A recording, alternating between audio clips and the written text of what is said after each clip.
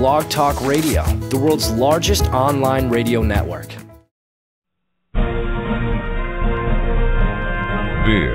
is the Preparedness Radio Network, preparing you for natural and man-made disasters. Helpful tips on gardening and homesteading. Be prepared. And remember, preparedness saves lives. This is the Preparedness Radio Network.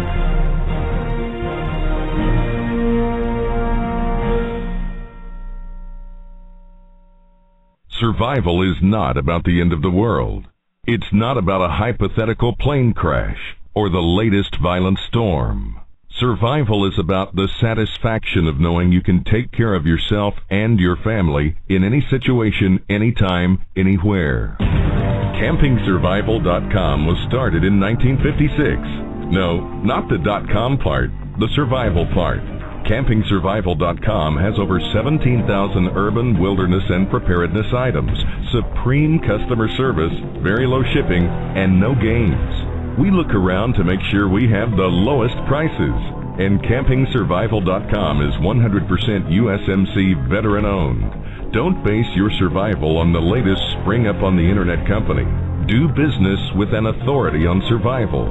CampingSurvival.com. Confidence born on preparation. Order today and use the promo code E2E for an additional 5% off your order. Did you know that several major European countries are at risk of defaulting on their financial obligations? The U.S. economy will suffer substantially if this happens. Inflation is getting worse, and with a European default, hyperinflation is very possible. If hyperinflation occurs, store shelves will be empty within days and food prices will skyrocket. Will you be able to feed your family when hyperinflation hits? BuyEmergencyFoods.com offers the best kind of emergency food, Legacy Premium, with the largest variety available in the freeze-dried food industry. Each meal is packaged for freshness in individual nitrogen-flushed Mylar pouches. The meal pouches are then sealed in stackable heavy-duty plastic containers that are easy to store, easy to transport, and won't be damaged by water or rodents. So, if you're worried about food inflation, economic crisis, unemployment, or natural disasters, then don't delay and prepare your family now. Buy your emergency food supply today. Disasters happen. Don't get fooled into thinking that they can't happen to you. Order today and use the promo code E2E and get free shipping and 5% off on every item. If everything you eat comes out of boxes stored in your freezer, you might need the Self-Reliance Expo. If you're afraid to take out your own garbage because the neighbor kids might beat you up, you might need the Self-Reliance Expo. Over 50 free training classes are coming to the Self-Reliance Expo at the Hickory Convention Center Friday, September 14th and Saturday, September 15th. Gardening, alternative home building, off-grid living, food preservation, cooking with the sun, self-defense classes, canine demos, and more. If you can kill a houseplant just by looking at it, you might need the Self-Reliance Expo. This event is fun for the whole family and is the largest of its kind in the nation. Learn how to do it yourself. Learn how to defend yourself. Save money, save a life. If the only screwdriver you own is made of orange juice and vodka, you might need the Self-Reliance Expo. It's the Self-Reliance Expo at the Hickory Convention Center Friday, September 14th and Saturday, September 15th. Go to selfrelianceexpo.com for information and tickets.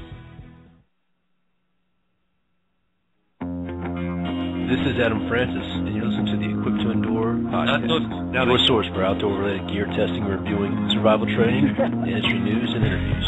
You guys be safe, and remember, if you're not always prepared, you're never prepared. If you have questions for the Equip2Endure podcast, you can call us at 347-326-9604. That's 347-326-9604.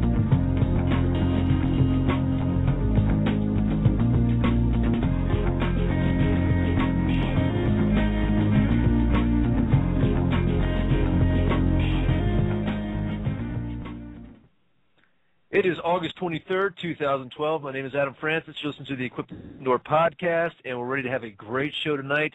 Mr. Robert Oliver. Robbie, how you doing? Man, I really like the way you start with so much conviction in your voice. Let's make it happen. Speak with confidence now. I'm doing great, Adam. And you? You know what? I'm doing pretty well. You know, the day started off pretty rough, but I think it's going to end well. So that's where we go. And then back from the dead, he actually chased a squirrel last week and got hit by a bus, Mr. Joe Flowers. It was not a bus; it was a bulldozer moving at a very fast rate. How are you doing today, Joe?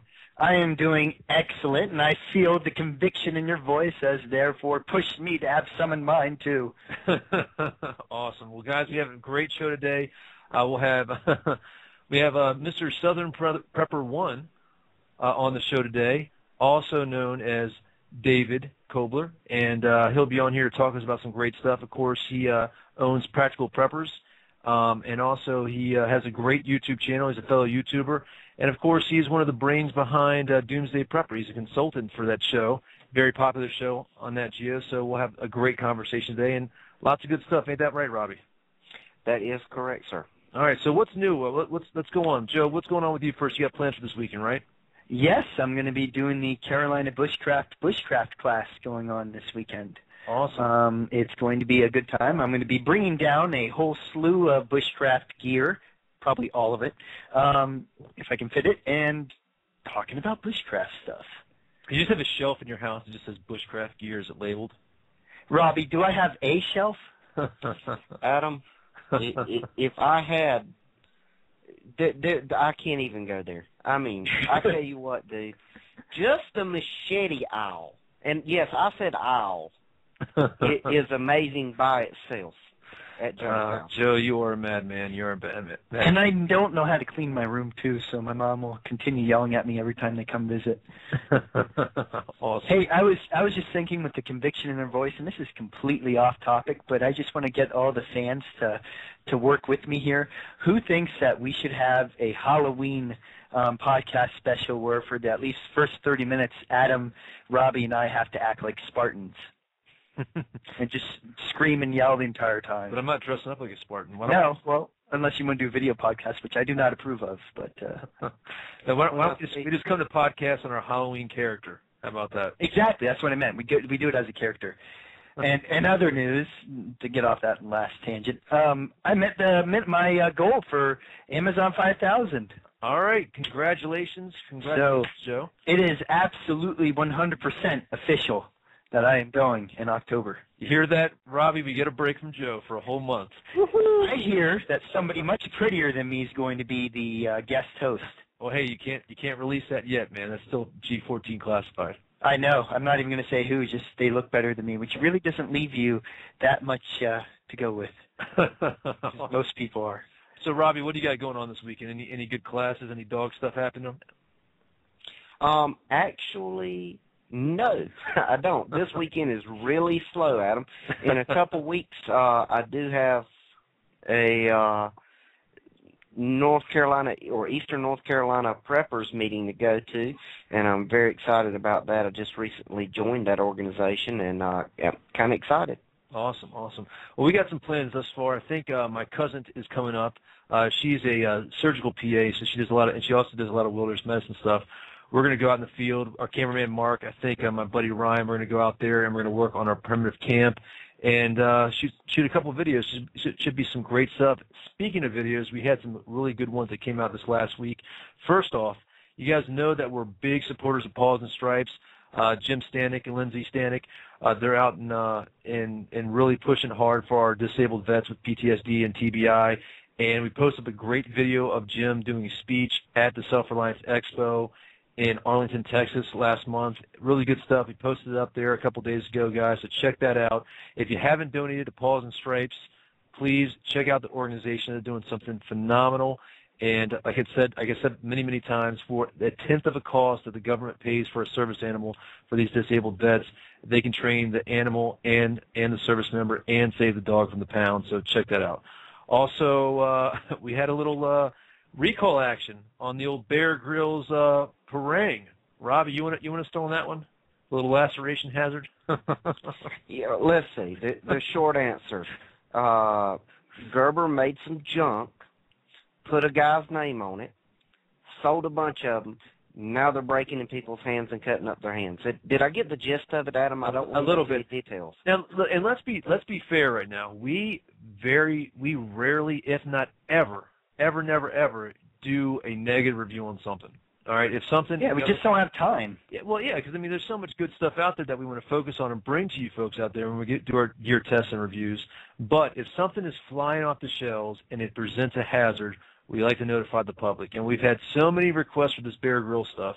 You know, we did our own test and review, and, you know, it's not a very solid blade. And now you have these things breaking in half. Basically, right where the blade meets the handle, it's breaking. When people are chopping and it's a laceration hazard, I know there's at least one person that's confirmed lacerations, and there's several people that have reported the breaks. Now, Joe, you've had one of these, and you've not really had any problems, haven't you? No, I hadn't seen it. I knew that was going to be some place that I'd worry about because that hole right there is so close to the top of the. Yeah, I remember you said something to me about that at Practice You Preach a few years ago when you were prototyping one, or you were testing one.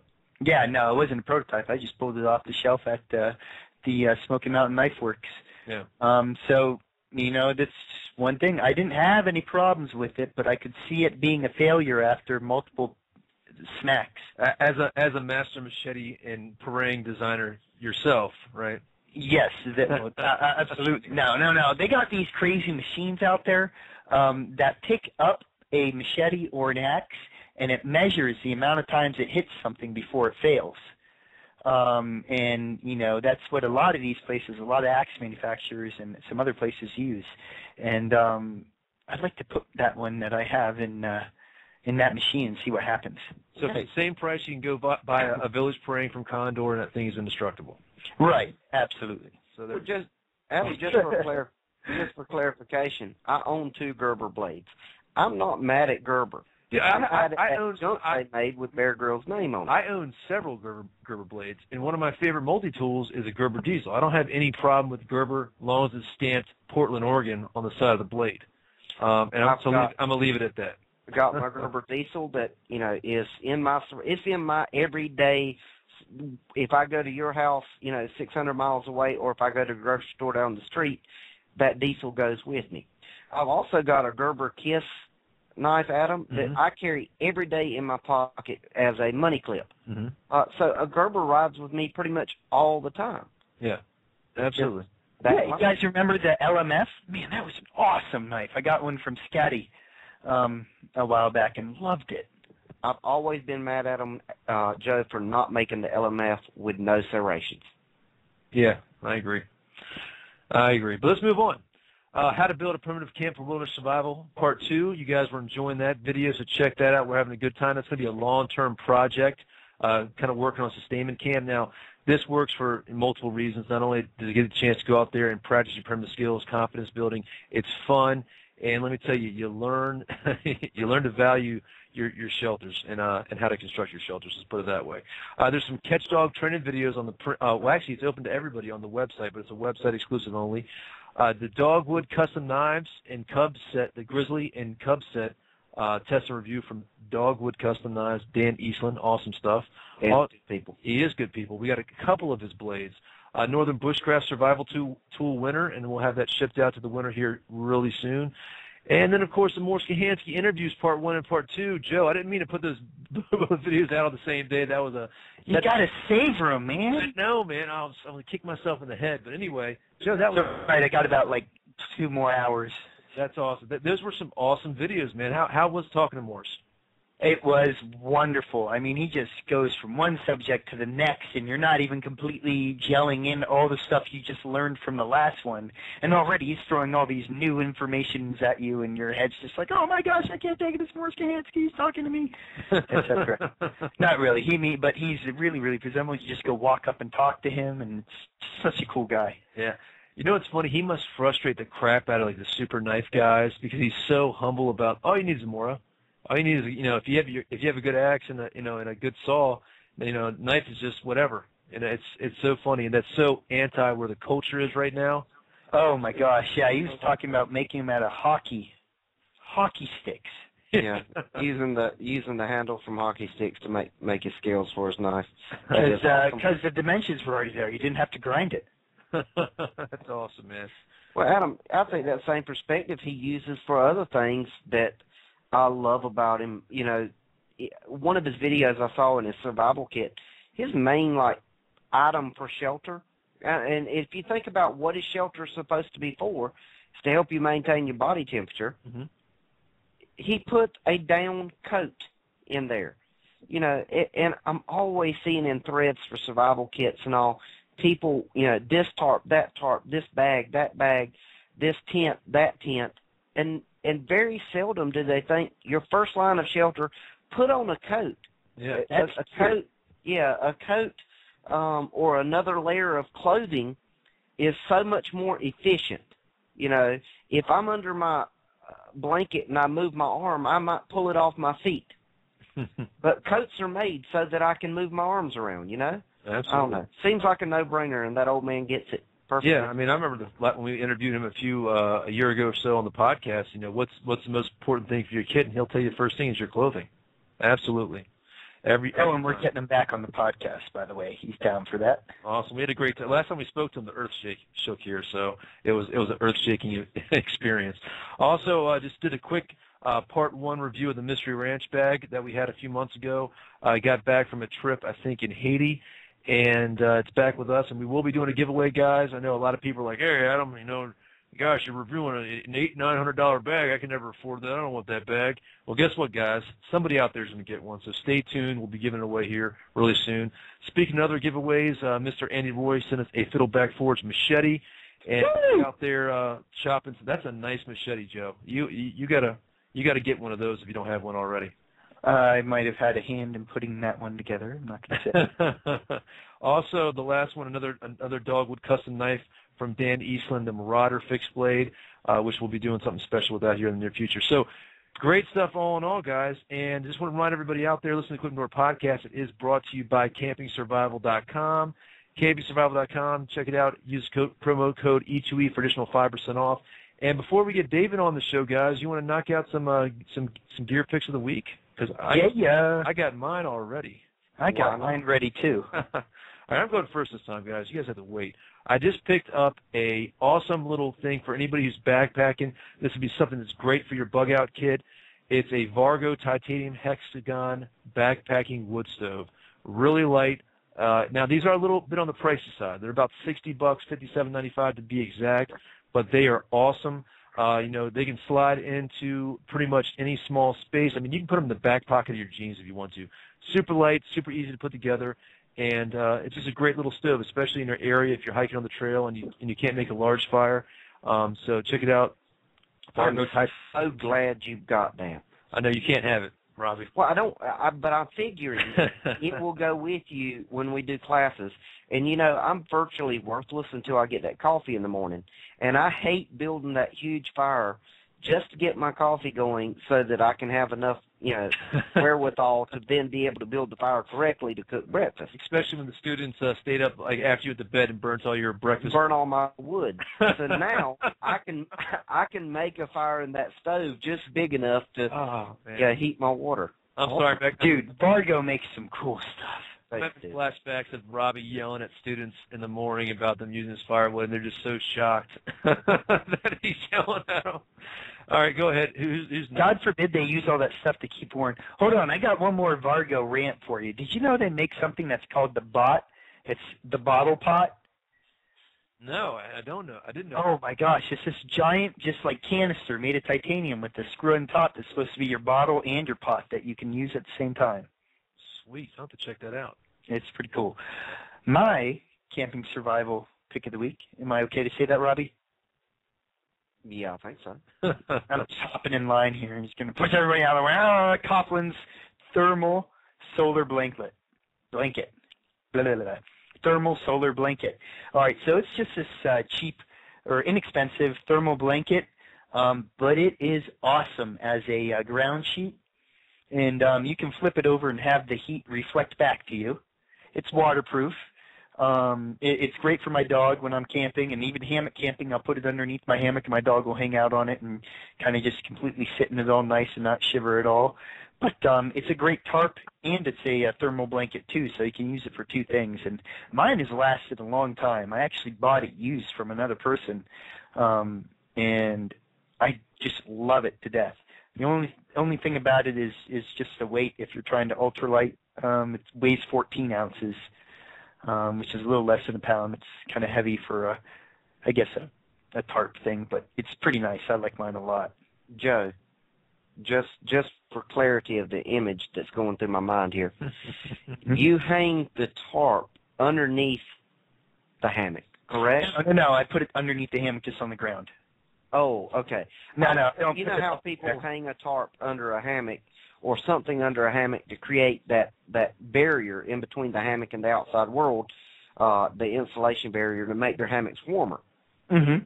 I was thinking, that's the image I had in my mind with Sheila, your dog, in between the hammock and, in that little pocket there. And I was thinking, well, how wonderful, because then the dog acts like a warmer. Yeah. Right, out of your hammock. Unfortunately, I haven't trained her. Firstly, she's too small for a real good heat source, though. No. I've tried to train her to be a marsupial, but she's just not into it just yet. Dog in a pocket.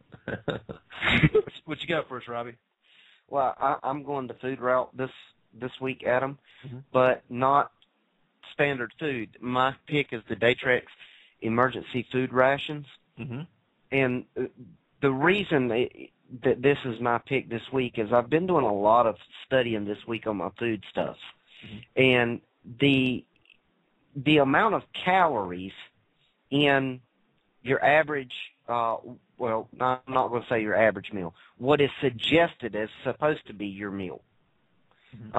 If I tried to live off that and did anything for a living or had to go out and cut my own firewood to keep warm, I'd starve to death on what the calories that are recommended are. Yeah. These Datrex emergency food rations are 3,600 calories per package for $5.95. That's $6 for 3,600 calories. That's a day's worth of calories for $6.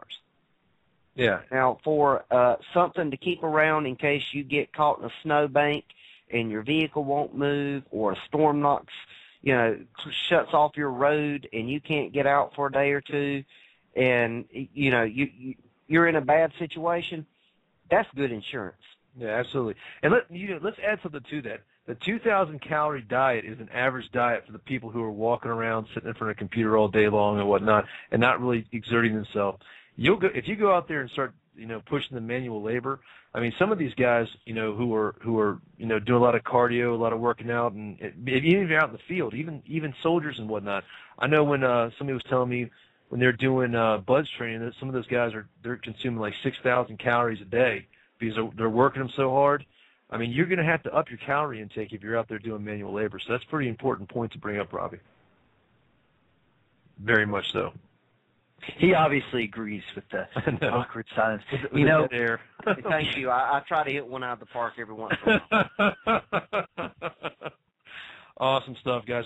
Everybody can find these items at campingsurvival.com. Remember, E2E promo code, 5% off. Some great stuff, and I think I have to do some more purchasing. I need a new Trailblazer Bucksaw, Robbie. Dude, this calorie deficit thing is kind of important to me. Just recently, I've been reading Ed Stafford, who we should really try and get on the podcast, by the way. His book, Walking in the Amazon, and he's talking about them trekking all day and just running out of fairing because they have to put in all these calories that they keep burning, and they keep using up more calories than they're taking in each day. Yeah. And, it's just, hey, it'd be nice to just bring a brick of butter with me or something like that. I did get some canned butter the other day, and I think there's 2,400 calories per can of butter.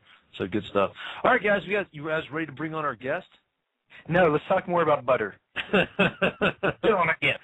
David Kobler. David, are you there? I am here. Yes, I am. Southern Prepper 1. First off, David, how did you come up with the Southern Prepper 1 name? Did that was that just an organic thing? Well, story to that. My daughter, doing YouTube almost 2 years. My daughter came home and her girlfriend had a YouTube channel on. It's not big in technology. And I said, how can she have a YouTube channel? I'm dating myself here. And she said, Dad, it's free. The next said, hey, you know what? I can do a YouTube channel because I was teaching it locally. That way I could teach some walk different times if they couldn't make my class.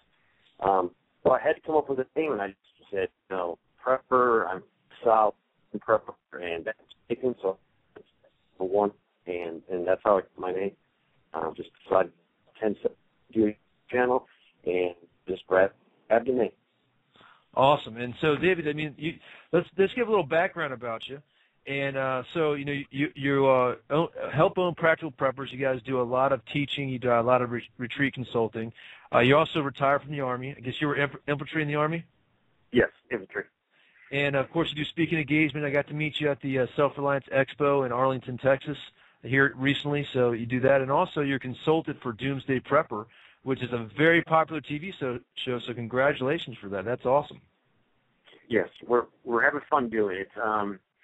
We wish we could go into a little different direction, but we're definitely making a difference. We get emails every day from there's a lot of people that don't get on YouTube, that don't get on the internet, and they're looking for solutions, and they see Doomsday Preppers and say, you know what, I need to prep. So it opens a lot of eyes. We know what's funny about Doomsday Prepper. I mean, I don't have cable, so I've caught a couple episodes like on YouTube. But we went to a dinner party a while back. Some friends of ours were leaving the country, taking a job, and they were talking about Doomsday Preppers, and they're not preppers, and they're all kind of like, you know, kind of mocking the idea and whatnot. But then at the end of the conversation, they all like, yeah, but then I wonder what I would do if something happened. You know, so regardless of who it is, it gets them to start thinking about that and thinking about preparedness in general. And I think that's the first step. So that's a pretty cool aspect. Definitely. They got to start thinking about it.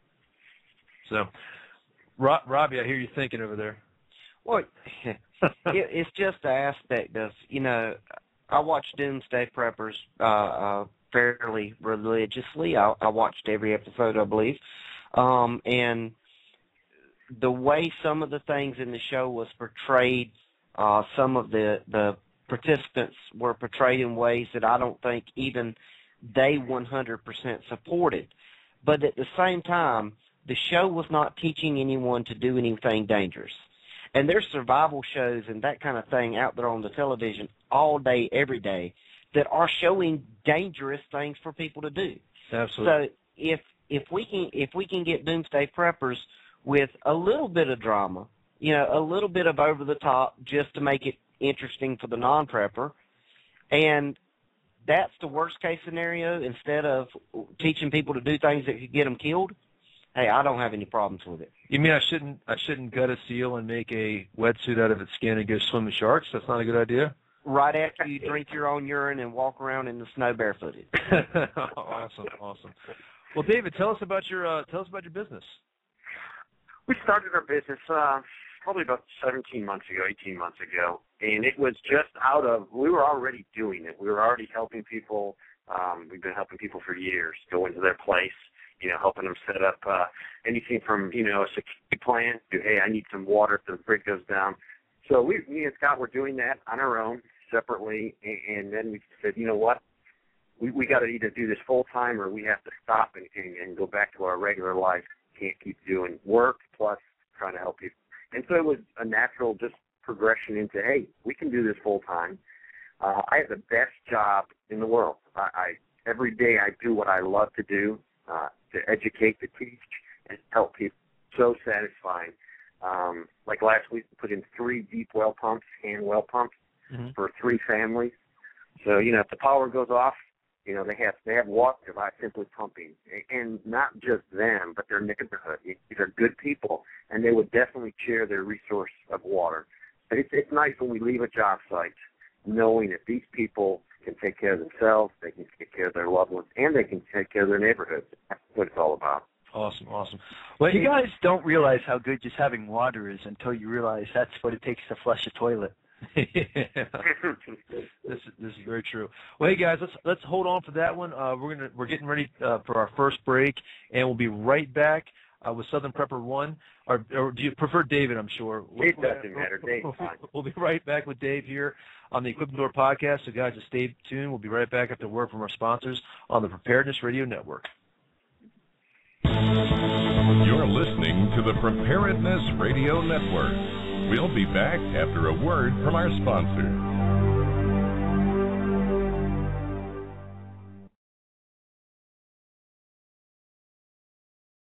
Survival is not about the end of the world. It's not about a hypothetical plane crash or the latest violent storm. Survival is about the satisfaction of knowing you can take care of yourself and your family in any situation, anytime, anywhere. CampingSurvival.com was started in 1956. No, not the .com part, the survival part. CampingSurvival.com has over 17,000 urban, wilderness, and preparedness items. Supreme customer service, very low shipping, and no games. We look around to make sure we have the lowest prices, and CampingSurvival.com is 100% USMC veteran-owned. Don't base your survival on the latest spring-up-on-the-internet company. Do business with an authority on survival. CampingSurvival.com. Confidence born on preparation. Order today and use the promo code E2E for an additional 5% off your order.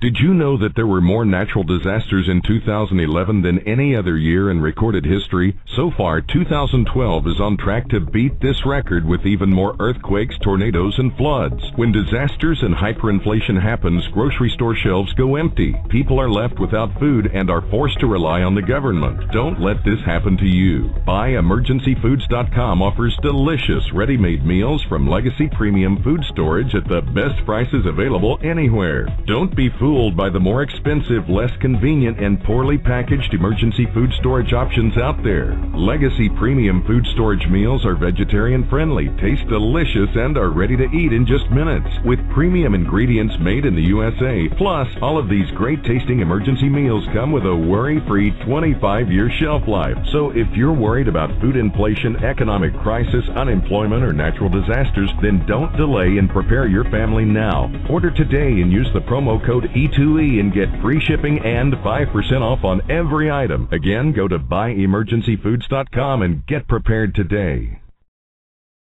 Hey, Old Dr. Bones here. Are you prepared to deal with medical issues in a disaster situation? What would you do if medical help was not on the way? The Doom and Bloom Survival Medicine Handbook is over 400 pages of how-to advice written in plain English. You'll learn to handle all the likely medical issues you'll encounter in times of trouble. And it's not just a conventional medical wisdom. We talk about alternatives like essential oils, medicinal herbs, and other home remedies. Make the Doom and Bloom Survival Medicine Handbook a part of your survival library. And don't forget, Nurse Amy and I have medical kits, suture materials, instructional DVDs, and other items that'll help you keep it together even if things fall apart. Check them out, as well as 200 articles on medical preparedness, survival gardening, and other alternative remedies on our website at www.doomandbloom.net. Never think doom and gloom, think doom and bloom. Thanks for listening to a word from our sponsors. Now, back to the show on the Preparedness Radio Network. All right, guys, we're back, and before we get back to it, I do want to bring up something, guys. BuyEmergencyFoods.com. Great stuff. We've had them on the podcast a few weeks ago, and I have to say they sent us some stuff to sample here at the E2E house. We've taken to a couple camps, some overnighters and some training, and even Robbie's had some. It's really great stuff, but if you guys have any interest, let me know, because I'm trying to organize a group buy, some really great savings on a group buy. I've had some emails and some conversation from the E2E team members who are interested, so let us know.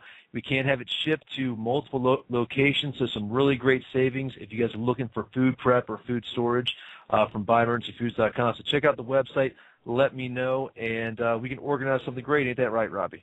And try the, what was it, the spicy corn chowder I had the other day. It was awesome. I had to do a video about it. It was so good. Group buy on the bacon. Oh, man. Bacon's proof that God loves us, gentlemen. All right, so David, let's talk about your YouTube channel, man. Fellow YouTuber, you're doing freaking awesome. 30,000 subscribers, almost 4 million views, and you just started 2 years ago? Been doing about 23 months ago. Awesome. Coming up on like 2 years. Yeah. So tell us about your channel. I mean, your slogan is "Don't be scared, be prepared." And what's your main goals on your channel? Probably the main goal is to educate. Try to bring people to realize that their mind is their most important survival tool. Training is much better than having $1 million worth of gear sitting in your closet. Knowing how to do something with nothing, and getting back to your mindset. That's the thing I learned in the military. If you can control your mind, if you can control your fear, you can do anything. You can improvise, you can overcome, you can adapt. The mind is your biggest tool out there, and so that's what I stress. I do a lot of tactical videos, trying to get people. A lot of guys have never served in the military, so that's probably their weakest area. If they actually had to protect their neighborhood or their community from an outside threat, how could they do it more efficiently? And basically, if they're more efficient, hopefully that threat will go somewhere else, so they don't have to use force. They can show that they're strong and they're organized in their community. And so I do a lot of tactical ones, telling them how to do things, and I enjoy that. I enjoy teaching. I missed the military days. I was back, teaching young guys. So that's what I'm doing on YouTube. It's just sort of an extension of, the Army, teaching guys what to do in the Army. It's just teaching people what to do regarding prepping. And one thing I think you said is pretty important is not just teaching them how to do it for themselves, but to teach them how to do it for their community. So I guess you stress that community and how important it is for a community in a prepping situation. Correct. Most preppers or survivalists or loners or individuals, they want to be sort of left alone. And my goal is to take it from the guy up in the cabin trying to survive on his own to, hey, you're not going to make it in the cabin. You'll eventually have a problem. You'll eventually need somebody to help you sustain your community, organize your community, develop relationships. It is such a good feeling where the community has developed and the people nearby, where I can pick up my radio and I can talk to many, many different preppers. I can talk to doctors. I can talk to mechanics. I can talk to all kinds of people. So if I have a problem, I can actually get them on a radio. So that's what I stress. It's community. It's involving everyone in your area. That little old lady down the road might have the answer you need to a problem if something happens in this country. She might say, you know what, when I was 7 years old, my dad taught me how to do this. So getting everyone involved and everyone can contribute to your survival plan. Awesome. Awesome stuff. While reading the Foxfire books, it was really neat to see how people used to come together to do that. Like, we need to get pine tar, so they're going to have a pine tar party. Or, like everybody in the neighborhood would get together and do grape stomping or something like that. And it's just these things that they did for these additives that were very important to their everyday lives, but everybody helped each other to do that. I think that's just a really neat thing. Nowadays, we reference it, maybe a barn raising might be the only thing that we have reference to, but it's kind of funny that it'll take something like a big event that's not in everybody's favor to pull everybody together. Great stuff. So do you have anything really good coming out here on YouTube that everybody can be eagerly awaiting? Well, tomorrow I'm gonna test some. It's 4x8 sheets of bulletproof material. It comes in all different thicknesses to protect up with armor piercing. I'm going to shoot at a few pieces tomorrow, so I'll make a video tomorrow on that. It's a little bit expensive. It's pretty much out of a lot of people's, realm of purchasing it. It's $600 for a 4x8 sheet. But it's something that you might, if you live in the city and you can't make a safe room, you could buy a few sheets, and try to retrofit a closet to make it a little safer for you. So there's some applications for it. Plus, any reason to go out and shoot, is worth it. Amen to that one. Well, hey, David, we've got a couple questions on the chat room. One question: recently, Doom and Bloom got accused of fear mongering. So I want to ask if E2E has gotten much of this, or has Southern Prepper or Engineer 775 gotten much of this fear mongering accusations? I got to say, no on our end. I've not gotten really any complaints in regards to what we say. We try to keep our message positive about people learning and understanding and keep on keeping on. David, have you had anything in regards to that? No, not really at all. Nothing. You just give a good product to people. You tell them what to do, and then you give them all kinds of ways they can do it, from the least expensive to the most expensive, and let them pick. To push something out of fear to make them buy something is wrong. But if you give them a lot of options, even if you can't buy something, guess what? You can do it yourself. You don't have money for an expensive well. Guess what? There's a rain catchment, $10 a barrel, a little bit of a gutter from Home Depot, and guess what? You got a water source. So no, I haven't been really accused of pushing that, which is good because that's definitely not what we're trying to do. Absolutely. Rob, you there? Yes, sir. What you got for us? Man, I don't even know where to start. You want me to start most current? You want me to go furthest back? You want to go food? You want to go guns? I got a million questions for David. Yes. Well, I guess the first thing I want to say, and this is to David, but for the benefit of our listeners. David, thank you for your most recent video. Are you ready for the storm? I think it was titled. Yes. And people, if y'all want to pick on me, do it. I don't care. I have no pride. It almost brought tears to my eyes because the references you made in that video to the building that you were standing in front of and how it's fallen down and how I guess the fundamentals that used to be the foundation for American life and American mentality are being eroded the same way that building is with time and nature. Man, that was a very moving experience watching that video, and I encourage anyone listening, if you're not already a fan of Southern Prepper One's YouTube channel, watch that one first, and it will inspire you to want to go back and watch the other ones. And so, David, what brought you to feel the need to make that video that day? Well, I feel that every day. I mean, as a military guy, you know, your main purpose is to protect the Constitution, and you turn on the news every day. They're violating it. They're executive orders. They're doing things that totally goes against what I swore an oath to. So, every day I get emotional when I look at the flag. I've been there. I've known the price that men have had to pay for that flag to fly. I've seen it. I've seen people, get perished, to get killed. And their only purpose was they were patriotic guys, and they were saying, hey, you know what, that flag is more important than me. So, that's part of me. It's, I was raised and then military service. So that's very dear to me.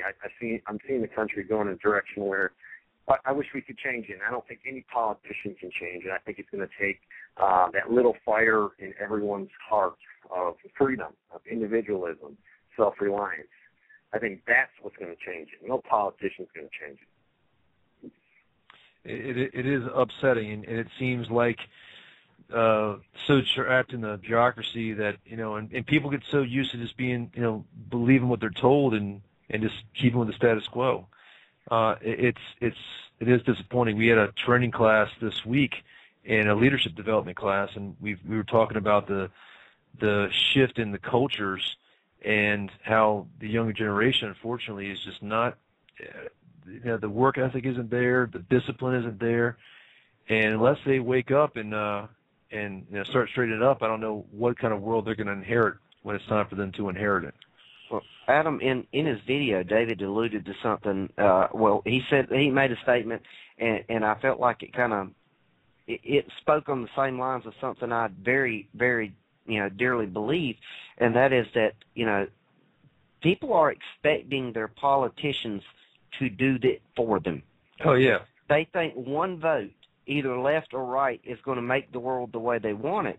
And the truth of the matter is, it's the individual Americans all making the right decisions together and showing their power in their purchasing decisions, in their presence in the school board, in their presence everywhere they can be unified, that will make a difference. No single politician out there is going to change the world for us. Nope.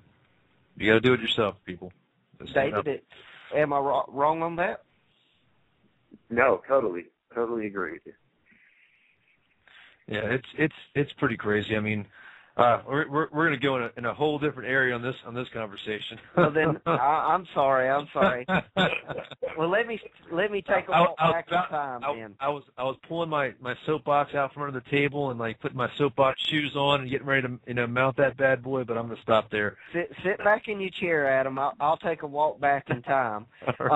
David, about I guess a year ago now. I may be wrong. I may be off a month or two. You did a video on a underground survival cache shelter type situation. Mm-hmm. And you had it stored with different foodstuffs and all. Enjoyed the video, but there was one thing in the video I wanted to, if I got the chance to ask you, where did it go? You mentioned in the video that there was a bucket of food there that you were going to open and do a video on what the contents look like now after being stored for so long. Did you make that video and I missed it, or where did that one go?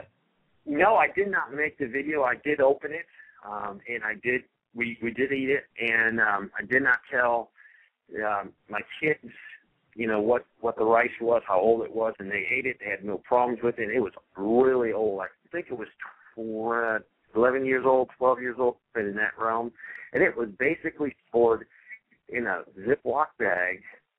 Then it was duct taped so it looked fair on the opening, and then it was placed inside a 5-gallon container with nothing else done to it. Now, granted, it was stored in a good environment, cool, but it tasted just like regular rice that you buy at the store.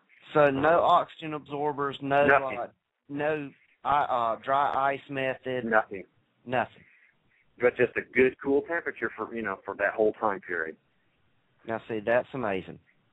Adam, did you think you could store rice for 10 or 12 years with nothing else, putting it in a sealed container? Well, knowing me, I'd probably eat it before the 12-year pass would go, but or forget about it. What is it? Who put a box of rice under my bed? No, that's pretty cool. So I guess, is the cat out of the bag now? I mean, did you wait till the kids were done and be like, hey, guess what, guys? That rice is older than you. Yes. They're pretty old. The rice was fine. The wife was happy with it. So if you can make the wife happy, you got a winner.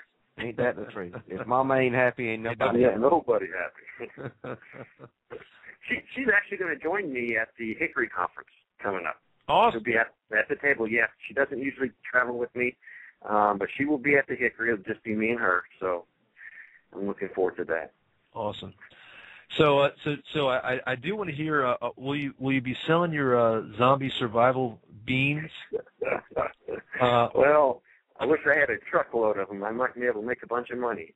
No, that was actually just a promotional thing that National Geographic made to give out. So it was just a free thing they had, and I got a can. I guess we should put a point of give everybody a point of reference on that. Yeah, I'm lost here on that one. Do you want to explain that one? It's pretty good fun. Yeah, I did a video, and basically I was making fun of it, saying if you don't buy this product, you're not going to survive. If you don't love your family, if you don't buy it, so you need to buy this to survive. And basically, you need 3 cans a day, and it's just beans in a can with a cute little label on it, with some cute little information on it. But basically, it was to tell people that make sure you know what you're buying, and buying a product does not guarantee your survival. And the title is, "You will not survive the end of the world or a zombie invasion without this product." So, of course, it got a lot of views, more than I thought. It like 17,000 views, for a thing. And some people thought I was serious. It was sort of funny. Then they realized, hey, I'm a dummy. He's joking. Well, you know what? I oftentimes find the people that I can't take the people seriously that have no sense of humor. If they can't smile and laugh at themselves every once in a while, they scare me enough. I don't want to deal with them. Yes, we all know that we like to make fun of ourselves here on Equip2Endure as much as possible. I thought that's what we're supposed to do on this. No, we just pick on you a lot, Joe. Only when you show up to the show, Joe. Only when you show up to the show. Well, I'm glad you guys have a lot of energy, because I was actually on the recliner before you called, just falling asleep. And then you guys get on here and it's like, wow, I got some energy back. So I'm glad you guys are pumped. Adam has caffeine breath. It's my superpower. It's just energy. I can dispense it through the telephone and the computer. You did. Trust me, I was almost falling asleep before you called. Awesome.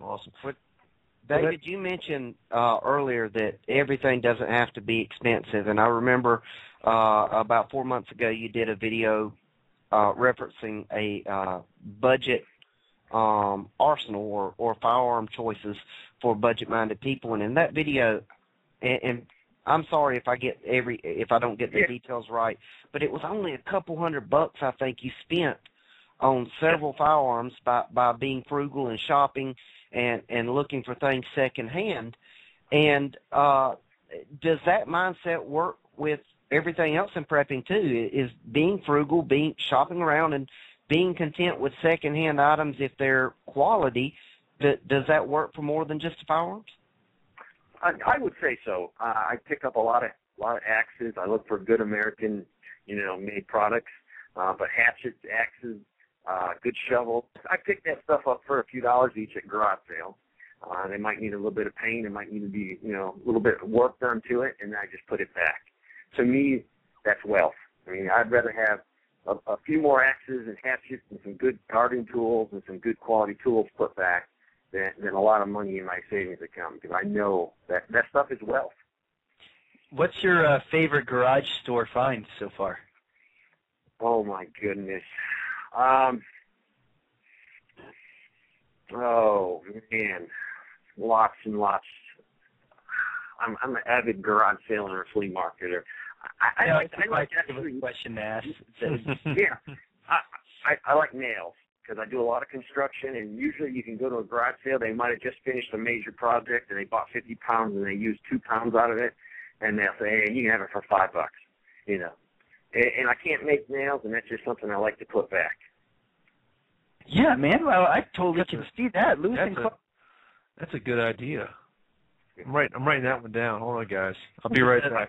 I probably have 500 pounds of nails put back, and all of them purchased for pennies on the dollar. Does anybody else remember some quote saying that one of the most precious things for Lewis and Clark expedition was nails? They used to burn down the forts for the nails. Yes, Joe. Not just Lewis and Clark, but most of your mountain men too. It was a common thing to burn down your cabin to retrieve the nails. I like stocking things I can't make. Now, granted, a blacksmith could make nails, but for me, it's just easier to put back. Things I cannot produce on the homestead, I put back. And they come in handy. I give them away. Friends making a shed or a doghouse or something, and you can just give them some nails, save them some money. So it's not all for gloom and doom to the end of the world. It's for everyday projects around the house. I live 35 minutes from a hardware store. So it's much easier to have something here when I need to do something quick than to jump in the car, waste time, waste gas to go get one small thing. So, it's also good to save money in everyday life. Absolutely. And that's actually an important thing that I think is the biggest hurdle for some people starting their preps, is we've gotten to be such a disposable society where everything that we buy, we just buy it, throw it away. We don't really value a dollar anymore. We go spend $4.50 on a freaking coffee. And so, changing the spending habits and saving your pennies and investing in your preps is, gosh, it's amazing. And, one thing, I guess, I don't know, do you think it's just the boomer generation who just kind of got out of that? Because I think the depressionary generation was very much into prepping. Is it just one generation gap? I mean, what's your yeah, I mean, it's point of view on that? One generation has changed. They haven't experienced hard times, so to them it's the norm to go out there and spend a little money on something. And our great grandparents, they went through something a little bit different. Absolutely. I blame Atari. Let me tell you, man, video games do have a part to play. What is it? We've talked about this before. Average American male, age of 16, has clocked 10,000 hours of video games. Oh my goodness! Isn't that ridiculous? I've probably done 10. I mean, every once in a while it's okay, but not when you just start wasting. Not when you wake up and you're 55 and all you've accomplished in your life is play video games. So there's some 55-year-old video game addict right now listening to us. He's going, oh man, he's very upset with me. They're like listening to your show as they're playing, Badge of Honor in his 75-year-old mother's basement.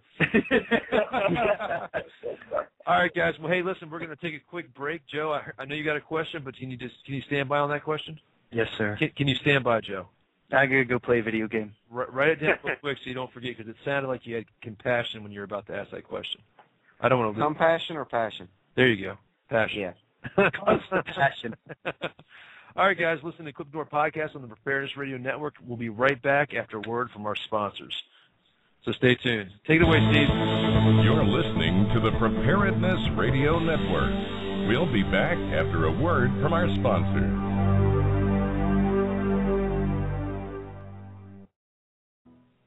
I'm Dr. Prepper, and I'm here today to tell you about the Wonder Mill. Their patented grain mills create the most luxurious and quality flours from any hard grains or beans. They contract with the world's best-suited factories to manufacture the Wonder Mill to the highest specifications in the industry that they plan and design right up there in Pocatello, Idaho. They're the only American company with both electric and hand-operated models. I like them so much, I bought both, and you should too. I use the electric model for the finest flour, and I use the hand-operated model for making my grits and creamy wheat for breakfast, and I can have it fresh every day. With the Wonder Mill's lifetime warranty and the fact that these are simply the world's fastest, quietest, cleanest operating grain mills, it's no wonder that most preparedness and kitchen professionals prefer the Wonder Mill over all the other grain mills on the market. I love both mine. I know you'll love yours too. Go to thewondermill.com. That's thewondermill.com. and Wonder Mill grain grinders. Get yours today. Tell them that Dr. Prepper sent you, will you? Discover the taste of the sun. Thousands of preppers have acquired a sun oven to have on hand in the event of an emergency and have been pleasantly surprised by the improved taste of sun-cooked foods. Sun ovens are a preparedness item you can start using today. A sun oven will pay for itself by reducing your utility bills and by keeping your house cooler in the summer. Food can be baked, boiled, or steamed at temperatures of 360 to 400 degrees Fahrenheit with the power of the sun. Sun ovens are often confused with homemade solar cookers, but they get considerably hotter, cook food faster, and hold temperatures longer. Sun ovens fold up in seconds, carry like a suitcase, and have many innovative features which make them the ultimate solar appliance. For the past 25 years, sun ovens have been proudly made in the U.S. They are durable and have a long life and come with a 100% satisfaction guarantee. For a discount coupon, email preppers@sunoven.com. That's preppers@sunoven.com. Want to reduce your dependence on the electrical grid? Trying to save money on groceries? Preparing for a major power outage? We can help. Layman's is your source for everything you need for heat, food, light, and water when there is no power. Glenda Lehman Irvin here for Layman's in Kidron, Ohio. My father, Jay Lehman, founded our store in 1955 to serve the local Amish with non-electric appliances, tools, and houseware items.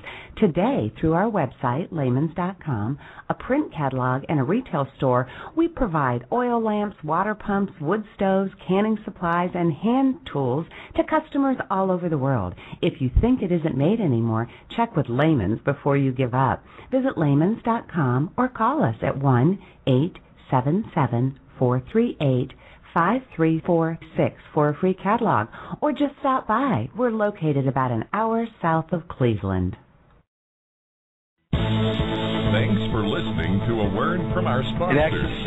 Now, back to the show on the Preparedness Radio Network.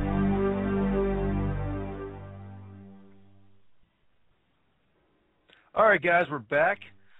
So, David, Practical Preppers podcast here on the Preparedness Radio Network. You're starting next week, 8 p.m. Central Time, 9 p.m. Eastern Standard Time. And so tell us about the show and you know what the idea behind it is and what you have in plans for the future of the show. Yeah, it's going to be an hour-long show, and basically it'll be sort of an extension of YouTube, trying to educate people, answer a lot of questions. I get so many questions on my YouTube channel, and a lot of them are the same, and I just don't have time to answer everyone. So it'd be a good place to do that and do a lot of instruction, teaching people, talking about how to make a retreat. If you live in the city, a suburban or a rural, or if you just buy a piece of property, what to look for to make it a good place for your family to go. So I'll have some guests on. Scott, Engineer 775, joining us, and he'll be talking about solar questions, water pumping questions. So it'll be a lot of educational time. It'll be just an hour long, but I'll look forward to it every week. Probably the first 5 to 6 minutes, I'll have a section, any news that's directly related to prepping, be it a little bit of economics, be it about supplies, but it'd be 5 to 6 minutes of just the news that's related directly to preppers. And that's how I'll start it off with. Awesome. Now, are you gonna do lots of guests as well, or just? Yeah, I will. Yes, I would definitely do a mixture of guests. Got a lot of guys lined up. Some leading experts in some of the areas that will help me out. So. Well, now, David, if you ever need somebody to speak to the subject of dogs and how they can provide security for your family and that type of thing, I happen to know a guy. Speaking of barking dogs and alerting somebody of your presence, can you tell us where you found the tripwires for the tripwire thing? Joe, are you outside recording this? Yeah, I am. I think it sounds nice in the background. I do agree with you. People are just like, listen to this right now. Like, what is going on? That campfire conversation really does take place at a campfire. That's right. Yeah. That's right. Yeah.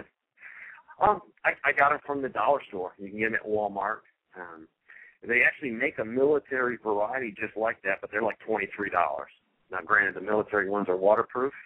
The ones you buy at the dollar store are not, but you can improvise like a 20-ounce soda bottle, plastic soda bottle, and you can build like a little garage for it. So you can set it over top of it and make it waterproof for absolutely nothing. So they're neat. They're good to play with. They give you a little advantage that they will alert you if someone comes through. I think it's just a fabulous idea. I mean, what it does, guys, is it utilizes the magnet that you normally put like on a door or something like that, and then the string basically moves the magnet, sets the alarm off. But that just might be handy for taking camping with you if you got the slight paranoia of a skunk or something. Yeah, and they're $1. I'm getting one for sure and setting that up. That's pretty awesome. Well, let's talk for to our listeners right now that might just be getting into prepping or starting out. What do you think maybe the 5 main things you could keep in consideration if you're starting doing your prepping, or what suggestions would you make to people who are getting into all this and stepping into the world of prepping? Probably the first thing is have a plan. Sit down with your loved ones and write out the things that can affect your life today. Now, if you live on the ocean, hurricanes. If you live in California, maybe earthquakes. But sit down and say, hey, what's the biggest thing that could affect us? Be it wildfires. And plan. Write it down. Say, I want to prepare for this. And then, figure out how long do you want to be prepared for, a week, a month. But get a good plan first and try to get all the family members involved. So don't start off saying, the world is going to end soon, we have to prepare. Because what you're going to do, especially with your kids or your wife, they're going to shut off right then and there. And a lot of people, I took a call today from a guy that his girlfriend, longtime girlfriend, is not into prepping. And what he's been doing is he's been just sort of harping on her, and he's doing it too much. I told him, hey, just relax. Don't talk to her about prepping at all, and go that route. So first, make a plan with your family. And I think the next one is water. You guys all know about water. You guys are experts out there. You got to have a water plan. You got to have some type of filtration system. And this is good for anything because tomorrow the news might say, hey, we're under a boil alert because we had a water main break. So you can implement your water plan then. It doesn't have to be the end of the world. So probably water I would put next, and probably trying to find out in your neighborhood where you could get water from a pond, a creek, a river. So if there is no water coming out the tap, you know you can walk a quarter mile, take your 5-gallon bucket, and get some water. And I would say probably the third thing to be thinking about is food. I encourage everyone to start building their pantry up.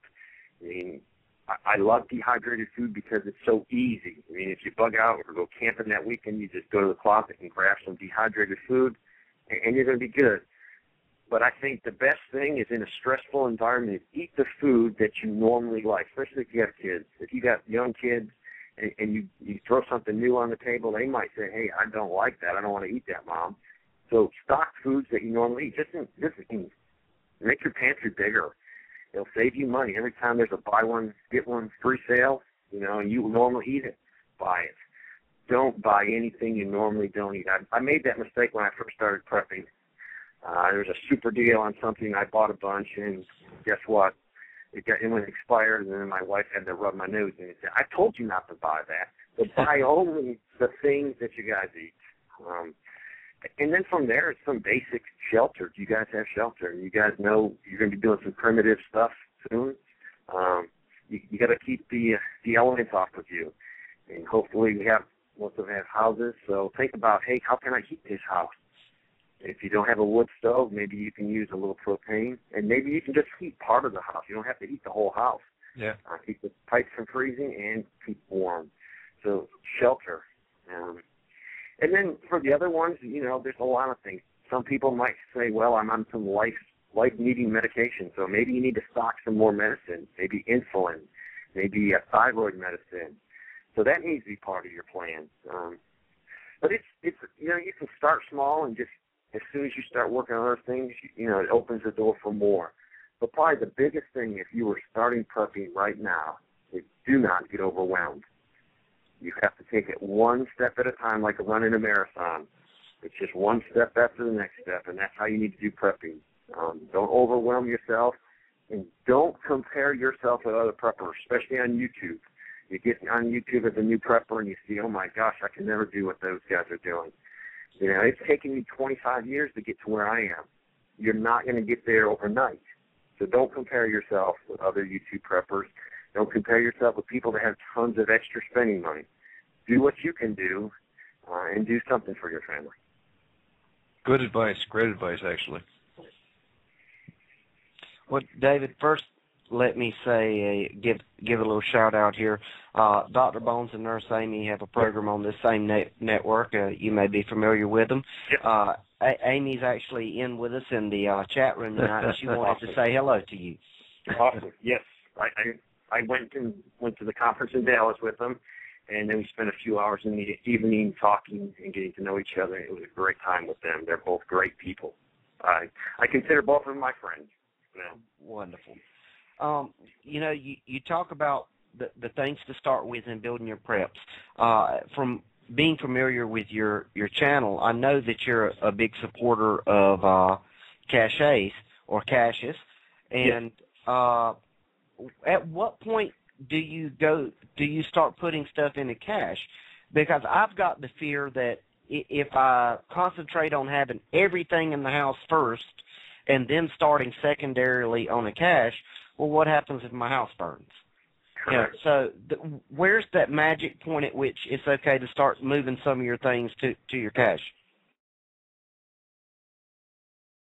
You're listening to the Preparedness Radio Network. We'll be back after a word from our sponsor. Hey, meat eaters, the freeze-dried guy wants to know, does your emergency food supply meet the standards for survival? Then get the 144-day meat variety unit from the freeze-dry guy. Our meat units utilize only quality Mountain House freeze-dried cooked ground chicken and ground beef, the undisputed choice for great taste and highest nutrition. The freeze-dry guy's 144-day meat variety unit includes 6 number 10 cans of the very best freeze-dried animal protein for power you'll need when the going gets tough. Every meat eater's 144-day meat variety unit comes with a free medical kit and always free shipping to the lower 48. Need more than 144 days?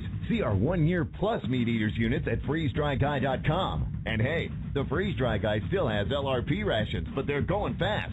Don't wait until tomorrow. Call now, 866-404-3663. That's 866-404-3663. Or go to freezedryguy.com and meet the standards for survival.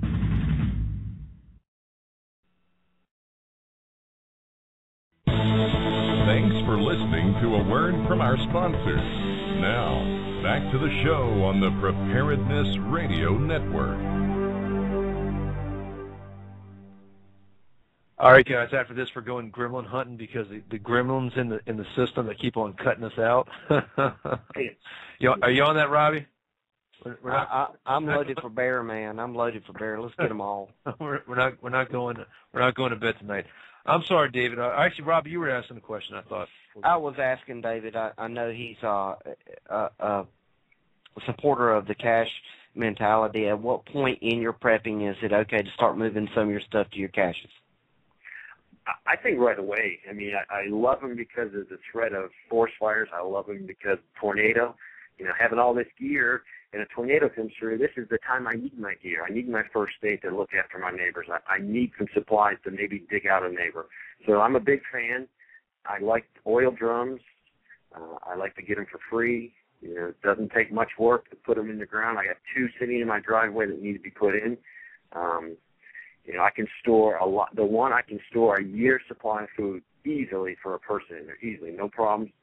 And those will be put in, and I will store, you know, some basic first aid, some extra blankets, food, some extra tools, extra hatchets. So basically, if I lose everything above ground, I will have what I need to survive.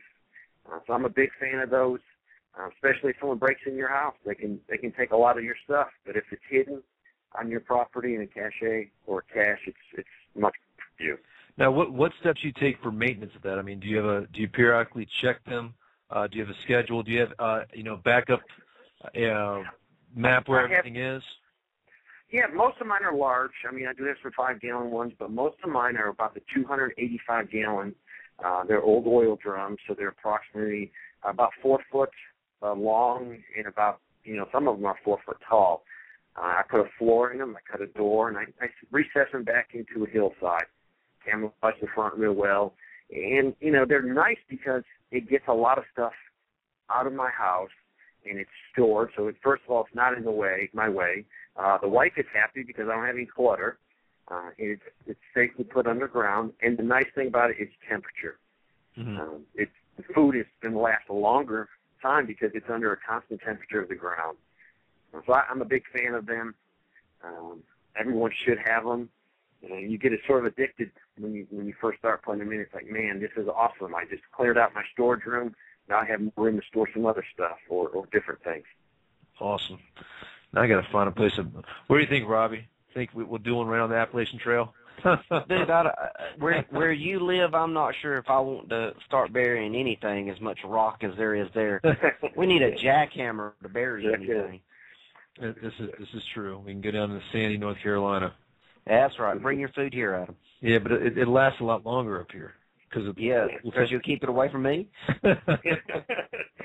Well, especially if you bring bacon, it'll be gone. I love canned bacon, like you guys were saying. It's the best product out there. I got 2 cans here waiting for Robbie. That. Oh, yes. Talk about brotherly love right there. I got a can of bacon waiting for you in your bedroom down here. Nothing says love quite like bacon. Yeah, at the Equip2Endure home, we don't put little chocolate mints on the pillows. For our flop house, we put cans of bacon. Good stuff. Joe, you still there? I'm just thinking of bacon stocking stuffers. Any questions for David? We're getting to the last couple minutes of the show here. Nope. I'm pretty happy. As far as digging with anything like that, is there any containers that you don't recommend putting into the ground? Not really. I mean, I use metal containers that are safe, and I clean them out so they're nice and safe inside. But just a good old oil drum that you can get for free because people change over from oil heat to natural gas. That's what we're using. David, I know that you also did the series with the clean, brand new septic tanks, the plastic ones. Yes.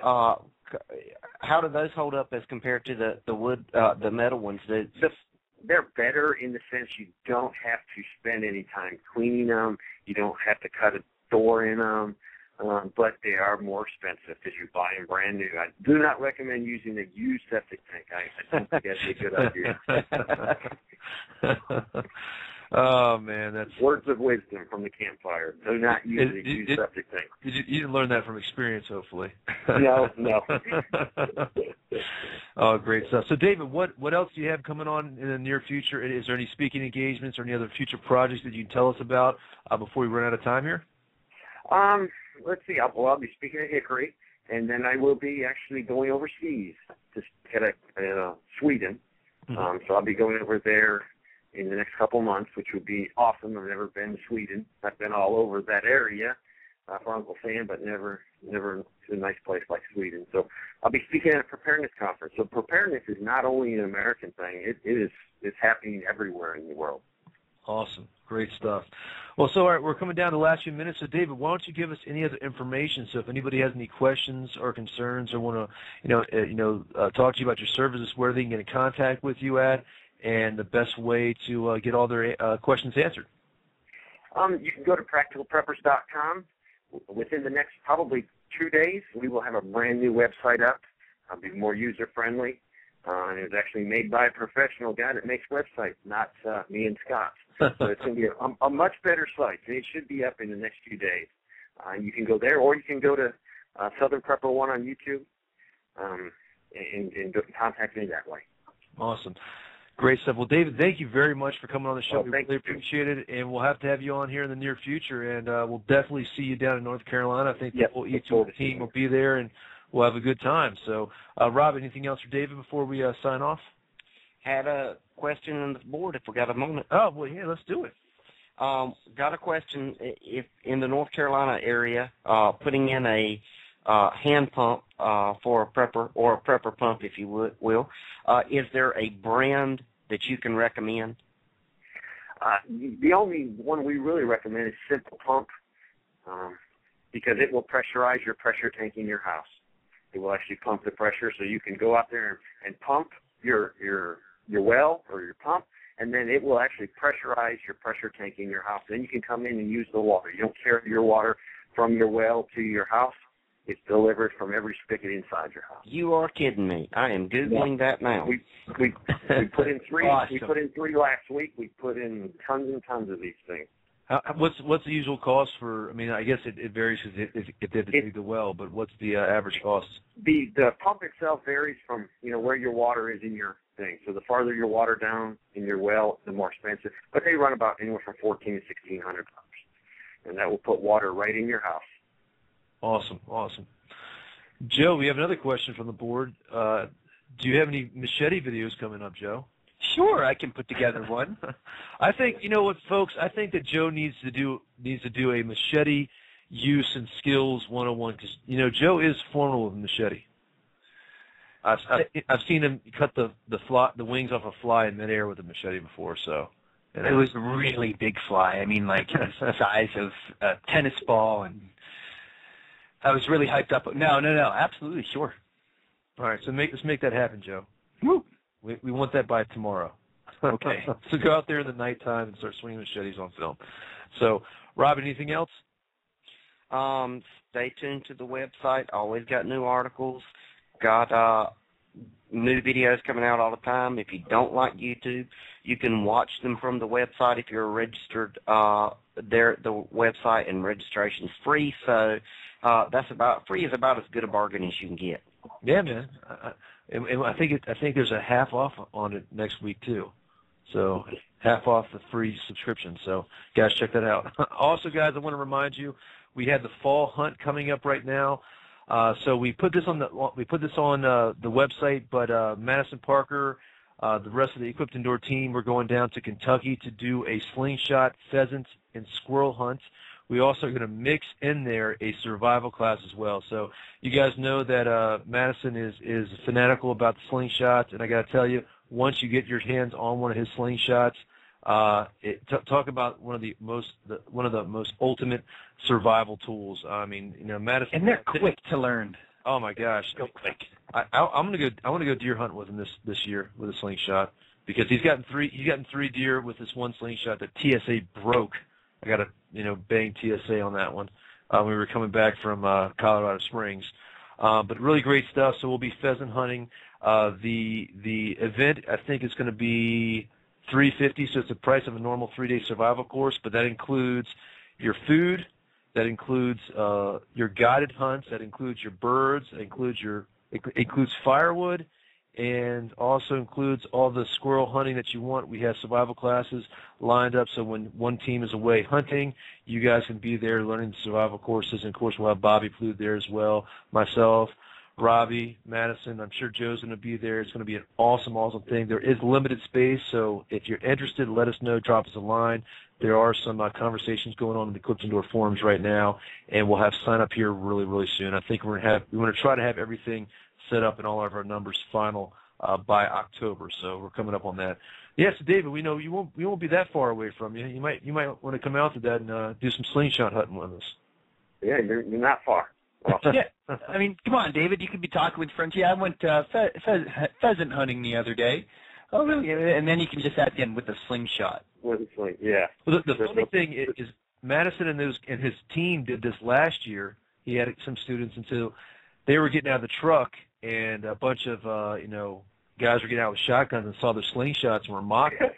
At the end of the day, the only people that beat them was like a Benelli team that was out there doing training, like professional shotgun guys or something like that. They put everybody else to shame, and that team only got one more bird than they did. Wow. These, automatic shotguns or whatever they were hunting with, I don't know. So yeah, but but then again, you put any kind of weapon in the hands of a Navy SEAL, he's going to make it happen. So good stuff. So anything else that I missed on that one, Robbie? Nope. Just like us on Facebook, follow us on Twitter, and don't forget YouTube. And bring a friend. That's right. We'll be looking for a classic camping video coming up, right, Adam? Maybe. I got to edit that one, Joe. Joe's like, Newman.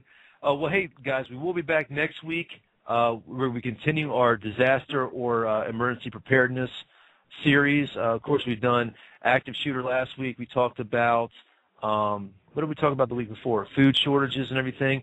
Up in the near future, we're going to be talking about EMPs and also wildfires. But next week, we'll have the very lovely Dr. Bones and Nurse Amy. Notice I said lovely Dr. Bones first before. The lovely Nurse Amy, too. I know she's listening right now, and she's probably laughing.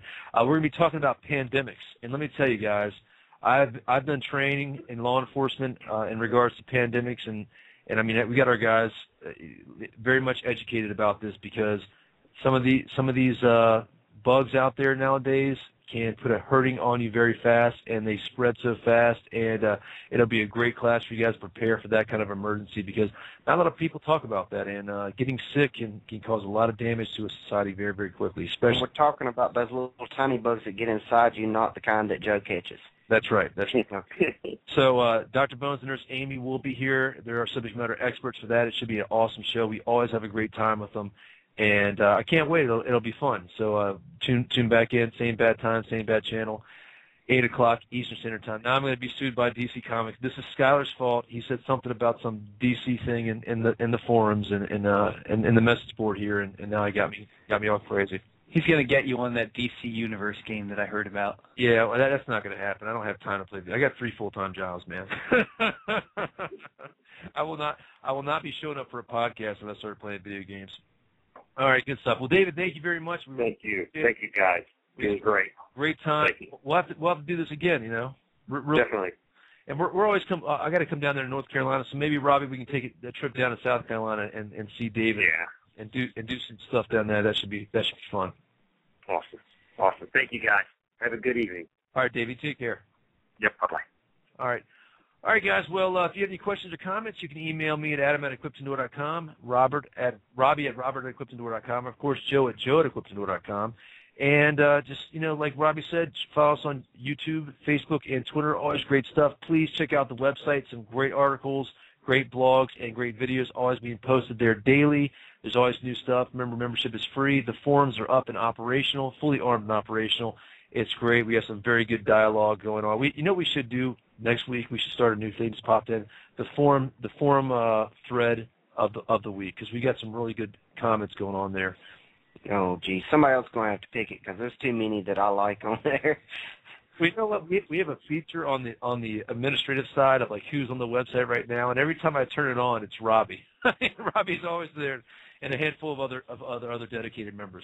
So great stuff. All right, guys. Well, that's pretty much it, and we had a great show. We have to thank David again. Check out his YouTube channel at Southern Prepper 1.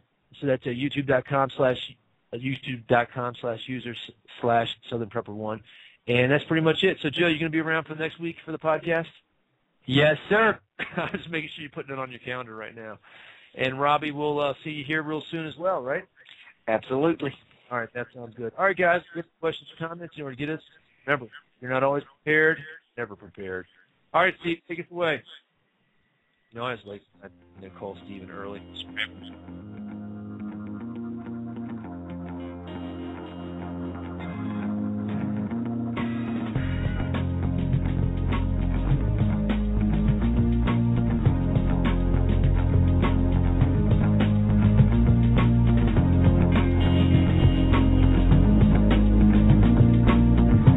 It's the 21st century, a dangerous world. Preppers need food and medicine. Why not have the best? Enterfood.com does the shopping, prep, and packaging for you using the best organic ingredients on the planet. Right now, specials are available for listeners of this station. The all-organic vegetarian food storage pail and the herbal medicine cabinet. The pail holds up to 120 flavorful meals, super packed fresh to last up to 15 years, soaked, cooked, or raw. The herbal medicine cabinet holds everything you'll need to cure common ailments. Use these items in an emergency or use them when camping. You can't beat these prices. Call to order now, 866-762-9238, 866-762-9238, or go to Enterfood.com. That's ENERFOOD.com, Enterfood.com.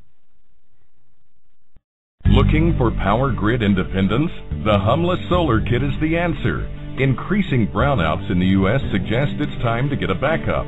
The problem is gas generators are messy, require maintenance, and gas, which may be scarce in a real emergency. Get the Humless Solar Kit by itself or with a 1,000-watt Humless Sentinel generator. The kit includes a 100-watt solar panel, 20-foot extension cord, LED floodlight, rechargeable flashlights, and more. Become a fan at humless.com or on Facebook. Hey, old Dr. Bones here. Are you prepared to deal with medical issues in a disaster situation? What would you do if medical help was not on the way? The Doom and Bloom Survival Medicine Handbook is over 400 pages of how-to advice written in plain English. You'll learn to handle all the likely medical issues you'll encounter in times of trouble. And it's not just a conventional medical wisdom. We talk about alternatives like essential oils, medicinal herbs, and other home remedies. Make the Doom and Bloom Survival Medicine Handbook a part of your survival library. And don't forget, Nurse Amy and I have medical kits, suture materials, instructional DVDs, and other items that'll help you keep it together even if things fall apart. Check them out, as well as 200 articles on medical preparedness, survival gardening, and other alternative remedies on our website at www.doomandbloom.net. Never think doom and gloom, think doom and bloom. You've been listening to the Preparedness Radio Network, offering helpful and timely tips on preparing for natural and man-made disasters. Timely and useful tips on gardening and homesteading. Check us out online at bepreparedradio.com.